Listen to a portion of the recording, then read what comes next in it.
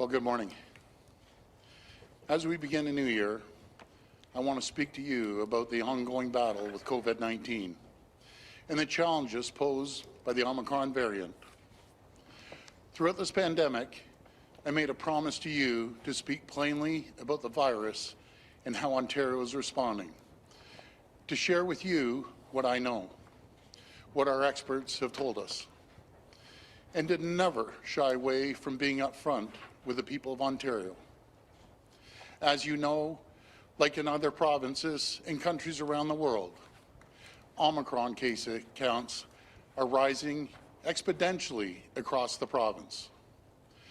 We face a tsunami of new cases in the days and weeks ahead. And as we do, virtually everyone in this province will know someone who has been exposed to this virus. Now, we're bracing for impact. Based on our real-world experience here in Ontario, the evidence tells us that about 1% of people who get Omicron will end up in the hospital. That may not seem a lot, and under past waves, it might have been something we could withstand. But Omicron isn't like the other variants. It's much, much more transmissible. So the math isn't on our side. Based on the current trends, our public health experts tell us we could see hundreds of thousands of cases every single day. 1% of hundreds of thousands is too many new patients for our hospitals to handle. Over the past few days, we've started to see an alarming number of new hospital admissions, now with triple-digit admissions into hospitals every single day. This is a problem that will only get worse as we confront the looming wave of Omicron. The reality is that people are coming into hospital and leaving soon after, sometimes only staying for a couple days. This is a very different problem than we faced in the past, when COVID hospitals stay were weeks long in intensive care units.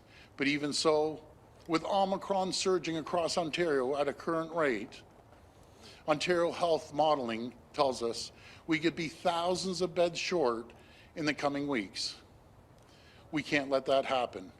This data is a clear call to further action. We must do everything in our powers to protect our hospitals and to ensure our frontline workers aren't overwhelmed. We've been adding new beds across the province for many months and will continue to do so. The investments we've made in our hospitals are larger than any previous government in the history of Ontario. But with a variant as infectious as Omicron, with spreads like nothing we've seen before, added capacity alone isn't enough. We need to implement measures that further reduce contacts and mobility. Effective Wednesday, January 5th at 12:01 a.m., Ontario will return to a modified Step 2 of the roadmap to reopen. The plan will be released before we confronted Omicron, laid out two clear reasons why we would implement province-wide measures. First, the introduction of a new variant. Second, if our healthcare system was threatened. Today, we face both of these. Our plan demands that we implement additional public health measures. Minister Elliott will share details with you shortly on what exactly this entails. But it will mean the closure of more indoor spaces where we know the risk of transmission is higher, especially with Omicron. But let me be clear, these will be targeted and they will be time limited. The immediate goal of these measures will be to blunt the latest wave so we can ease the pressure on our hospitals and allow more time to deliver these all-important booster shots, which continue at a tremendous pace. Because vaccines remain the key to our long-term success against this virus, and the call to arms we issued last month has been answered loud and clear.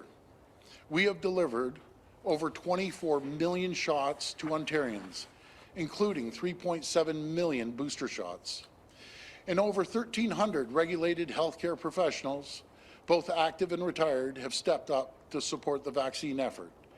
This includes firefighters, first responders, and health professionals.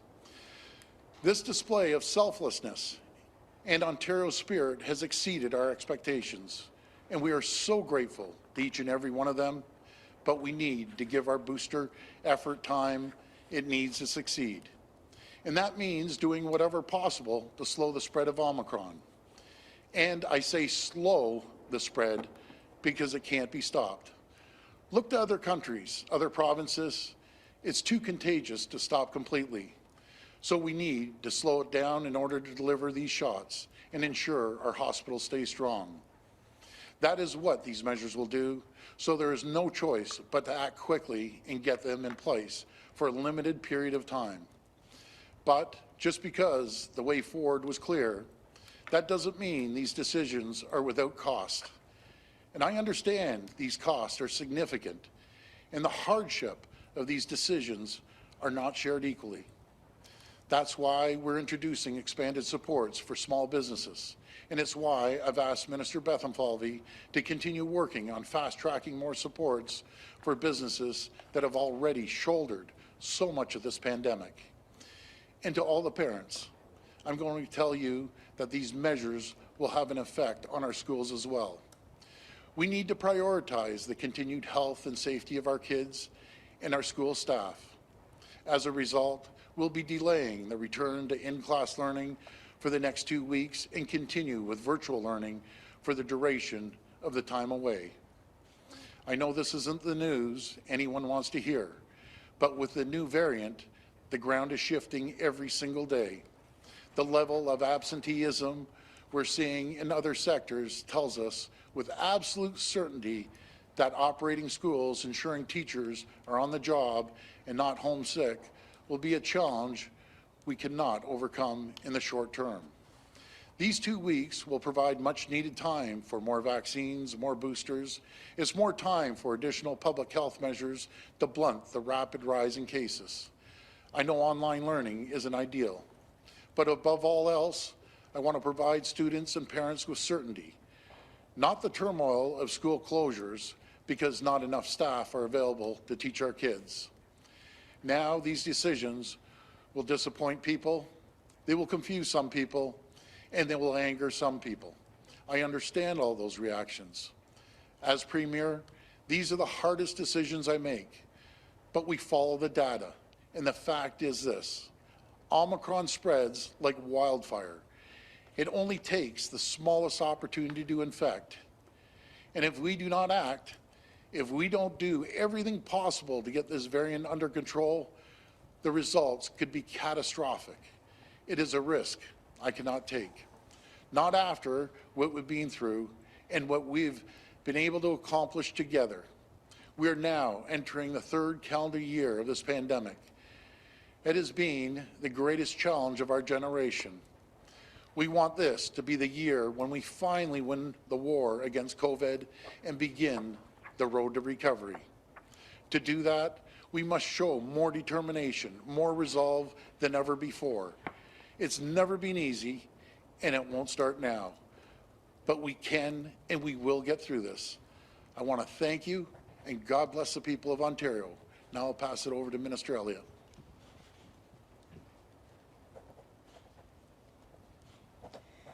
Thank you, Premier. As the Premier mentioned, in Ontario, we have recently seen a rapid increase in COVID-19 hospitalizations. The latest evidence has demonstrated that while the Omicron variant is less severe, its high transmissibility has resulted in a larger number of short-term hospital admissions. Recently, we reported our highest number of cases ever, and this is expected to increase further in the coming days.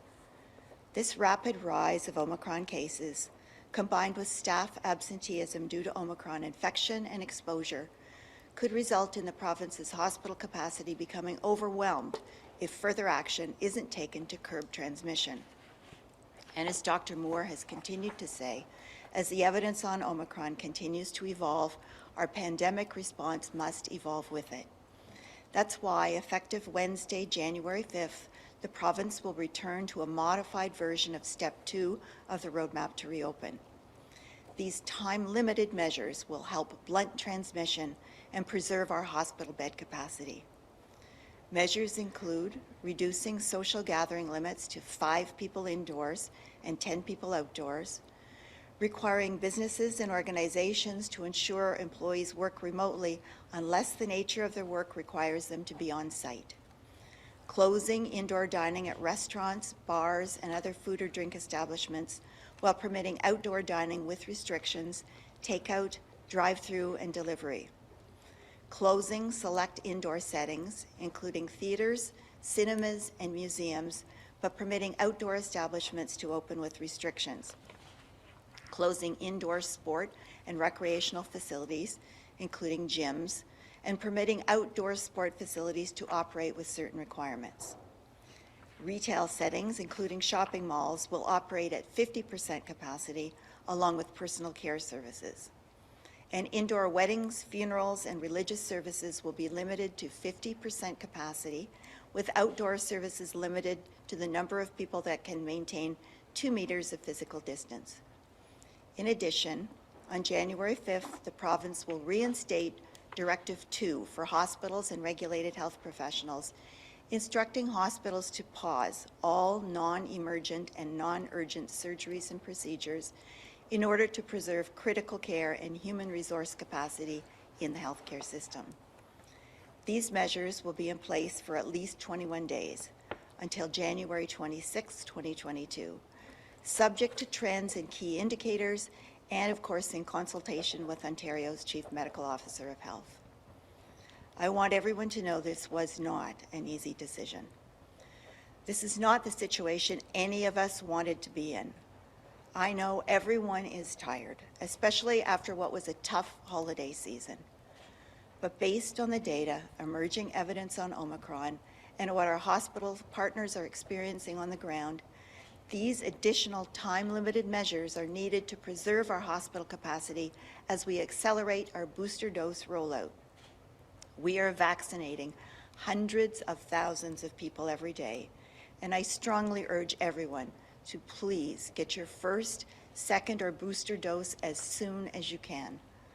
By implementing these time-limited measures, we will get through this critical period in January and continue our work to end this pandemic once and for all. Thank you. Okay, we'll take questions from the floor before we move to the phones. Just a reminder, it's one question and one follow-up.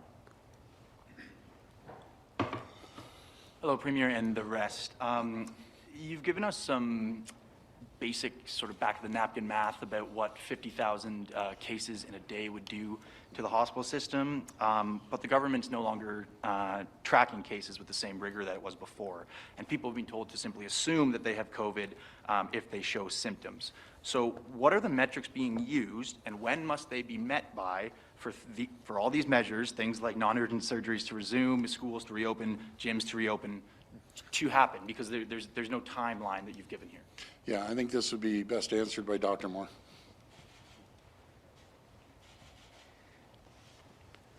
Thank you, Premier. The most important metric that we're monitoring is the hospitalization rate. We know Omicron is going to have a significant burden on admissions to hospitals so that we can provide the right care to the right people at the right time. Those individuals primarily require oxygen. We've been following the data very closely, and the vast majority won't require ICU or mechanical ventilation, which is good news for us, but we'll still maintain obviously that capacity and that service if and when needed. So Ontarians and all key decision makers should be monitoring the hospitalization rates. That will ascend fairly rapidly over the coming weeks. We anticipate that it'll reach its maximum by the end of January and then start to descend. So we anticipate a very short, quick and rapid approach to this epidemic and impact on the healthcare system. That is why these measures are timely. They're proportionate to the risk. They should diminish the burden on the healthcare system. They should buy us time to be able to increase third doses to prevent hospitalization. They'll also buy us time for the arrival of antivirals, which could decrease the burden on hospitalization, to be able to decrease that burden by providing outpatient oral therapies for individuals. These are sacrifices that we'll all have to make But if we're looking particularly at the metric, which was your key question, it's all about monitoring the impact on the healthcare system. Because this is so transmissible, passing so rapidly through our communities, that is the burden that we're trying to prevent. So with that being said, and you saying that I believe this increase in cases will reach its peak by the end of January, but schools are only closed for the next 2 weeks. So should we instead assume that schools will actually be closed until the end of January, at which point we'll have a better idea of what sort of impact this has had? Because people want certainty. We're 2 years into this. Premier, you just said that people want certainty. What sort of certainty can we give about a timeline here, or really is the best answer that there is no certainty at this point?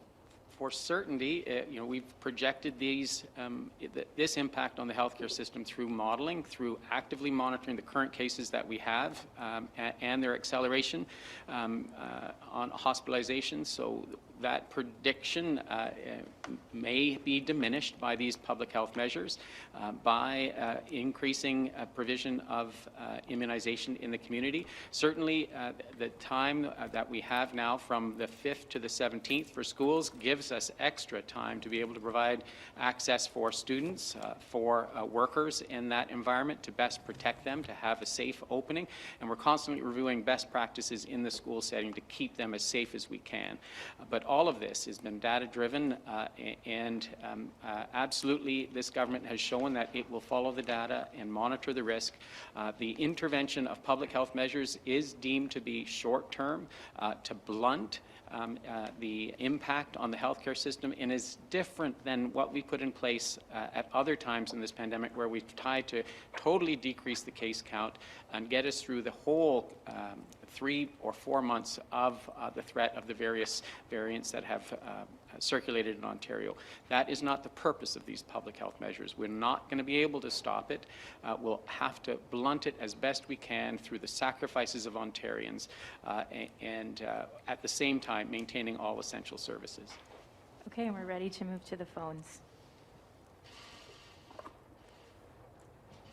Chris Rashewi, Toronto Star. Hi, Chris. Oh, hi. Thanks for taking my questions. Just a few days ago, your government and Dr. Moore announced that schools would open on January 5th, that it was safe to do so, and that children had already sacrificed enough in this pandemic. So what exactly has changed since then to make you change your mind? Well, there's 3 major factors, and it's case counts right off the hop, and hospitalization. I'll just put that into perspective for people. The report, I was told that we could see hundreds of thousands of cases. Let's be conservative. Let's say 100,000 cases or 200,000. That's a day. That's 1,000 people, 2,000 people showing up to hospitals. That's not sustainable. So we have to look at the case counts for hospitalizations, and then we have to protect our hospitals. But another big factor, and I spent all weekend speaking obviously to the health professionals, Dr. Moore and Matt Anderson, that's joined us today, CEO of Ontario Health. I've spoken to the labour leaders. I've spoken to numerous CEOs of large corporations. One CEO told me, a large courier company, told me that they saw 300 people in a single day not show up to work. We want to make sure that we protect the frontline healthcare workers. We want to make sure we protect the students and the teachers along with the general public. This took me about 30 seconds to make a decision. It was a decisive decision, and we're going to make sure that we go through this and be as cautious as possible and use every tool in our toolbox to sustain not only our health care, but our economy as well. Follow-up? Thank you. Yes, and I'm just wondering, how can parents plan ahead and trust you when you say that schools will reopen? Because in the past, you've kept extending virtual schooling more so than any other province. Well, again, the number one priority is to make sure that the kids have an opportunity to learn online. That's absolutely critical. But we have to protect the overall system. When I talk about the system, I'm talking again the hospitalizations, the schools, the economy, the businesses. That's who we have to protect. And we've never seen anything like this. And let's keep in mind, This isn't just Ontario-based. Everyone watches the news. You see what's happening across the world. You see what's happening across our country and our U.S. neighbors. We're going to make sure that we throw everything we have. We will not spare a penny to make sure we can get through this surge of Omicron cases. Next question. Adrian Gubriel, CDTV. Andrew? Hi, Premier. When it comes to the school closures, let's say they are closed just for the next 2 weeks, is there anything that your government can tell parents that they're going to actively do in the next 2 weeks to fortify our schools, to give them a fighting chance of reopening? We're looking at a rapid testing program. Anything at all that you guys are doing above and beyond what is already being done when it comes to safety in schools? Yeah, well, first of all, I want to give a shout out to Minister Lecce. I always say he's the best Minister of Education in the country. He has done everything in his power to make sure that schools can move forward throughout this whole pandemic. He's made sure that we have N95 masks for educators, which is unheard of, by the way. There's no jurisdiction in Canada that has N95 masks. We're going to make sure that the cleaning enhances the cleaning. We're making sure that we have the rapid test. He sent out 11 million tests right across this province. He's doing an incredible job. We're going to continue focusing on making sure that not just schools, but everywhere right across the province can move forward. This may be a bump in the road, and a pretty big bump. As I said, we're going to get hit like a tsunami. I also said brace for impact, because some people don't understand the volume that's going to hit us. And again, if we have 1,000 or 2,000 people showing up to hospitals across this province, it's going to be very, very challenging. And to speak about the hospitals and the challenges they're facing, I would like to bring up Matt Anderson. Matt has been an absolute champion right from the beginning of this pandemic, no matter if it came to testing or keeping our hospitals safe and up and going. And I just want to tell you, you may not see him on TV a lot, but he's just a real machine behind the scenes that are driving the hospitals and moving them forward. So Matt, if you could come up for a minute.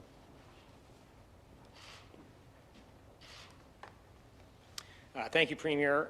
Thank you for the opportunity to come and speak today, and thank you, everyone, and good morning. Just a few things I think that I would highlight from what's been discussed already. Our big challenge, as you've already heard, is the really big increase in cases, and this is different. We've talked about this. You heard Dr. Moore mention it before. This is a different wave for us. These are cases that are coming into our wards, meaning our main areas within the hospital. We're seeing those cases climb very dramatically. We're seeing this in other parts of the world as well. We have to be ready to try to bring that curve down, and every day matters for us. What you're hearing today are plans and things that are hopefully going to blunt that curve, to use the words of Dr. Moore. Extraordinarily important that we try to blunt that curve to push off when does this peak happen inside our hospitals. If we can push this off far enough, allowing vaccine to work, allowing us to get antivirals into our environment, we can get to a place where we do not have this overwhelming our healthcare system. And I would just make the additional comment as well. We talk about the hospital system, but it is the whole healthcare system. This is about home care. This is about long-term care. It's about primary care. All of the system has to be on its feet, working together to make sure that we are supporting our citizens in the places where they need care the most. When we think about that, certainly our Directive 2, which is to limit procedures and surgeries within our hospitals, to keep them at urgent and emergent only, that is a hospital initiative. But the public health measures that we're talking about here go beyond that. You've also heard a lot about health human resources. We are very challenged in health human resources in all sectors. Our public health measures are intended to help in all sectors as we make sure that our home care, our long-term care, our primary care all stay online and are able to assist in this effort to make sure that we are here to support all of you as we go through this challenging time together. So it's really bringing all of those pieces together. Anything that we can do together to keep pushing back that wave buys us more time, helps our hospitals, but helps all of our healthcare system in our response to COVID. Thank you. Follow-up? Thanks for that. Without any doubt, I don't think anyone's questioning just how hard people are working. However, my question was about what's being done over at least the next 2 weeks to reinforce the safety measures in our schools. That question wasn't answered. So I'll ask this question instead. We've previously heard, parents across the province have previously heard that schools should be the last to close and the first to reopen. In today's announcement, retail is still allowed to remain open at 50% capacity. Is anyone able to promise families across this province that schools will be reopened before any other business sector is reopened? Well, what I can tell you when it comes to the schools, and I did mention a lot of things already, but we have to make sure that right across the province, when it comes to absenteeism, and this doesn't just affect the schools, the teachers and other areas, no matter if it's healthcare or businesses, the economy, we have to make sure we have people in the classroom. Make sure we have teachers in the classroom. We have to make sure we have people in the factories and in offices to make sure we keep the economy going. We have to make sure we protect our healthcare workers to make sure that they'll be able to go into the hospitals and support people coming in. So it's not just about making sure that the schools are safe. I think it goes hand in hand right across the board.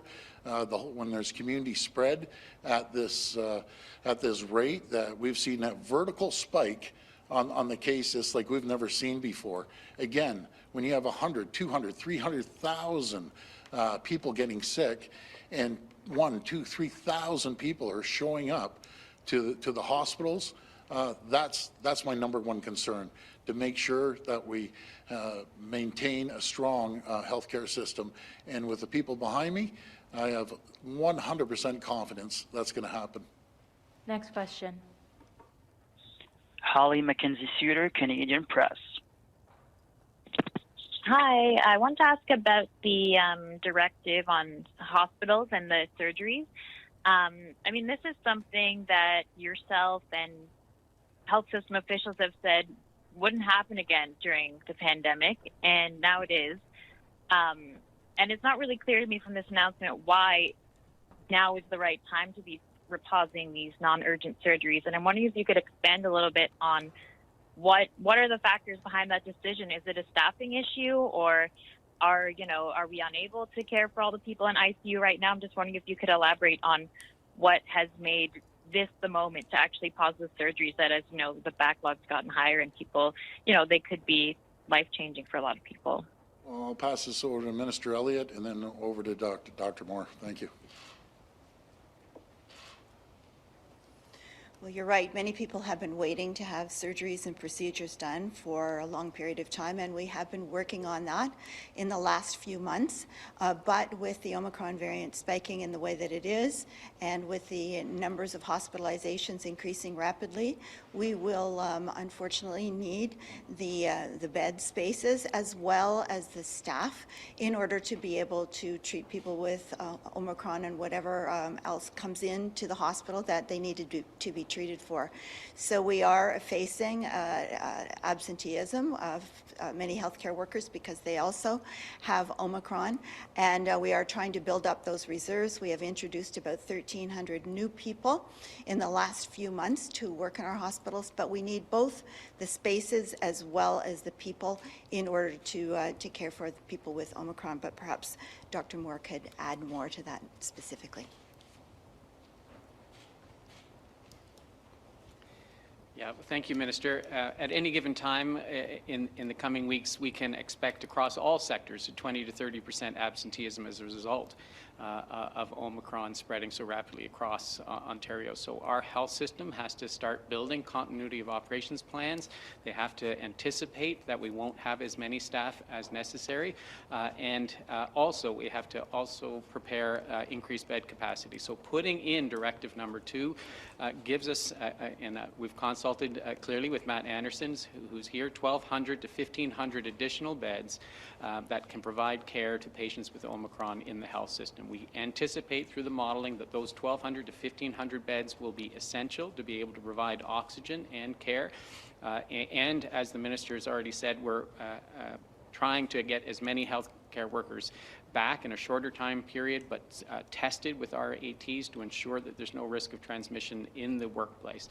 So all of those plans to ensure Ontarians get the right care at the right time, at the right place, are in play, and we're absolutely doing this in consultation with all health system partners as we anticipate the rapid increase heading into the second, third, and fourth weeks of January. Follow-up, and this will be the last question. Yeah, do you guys have any numbers on how many procedures are actually going to be affected by this, in the 21-day window, and any idea of how long the wait list is right now as well? Matt Anderson.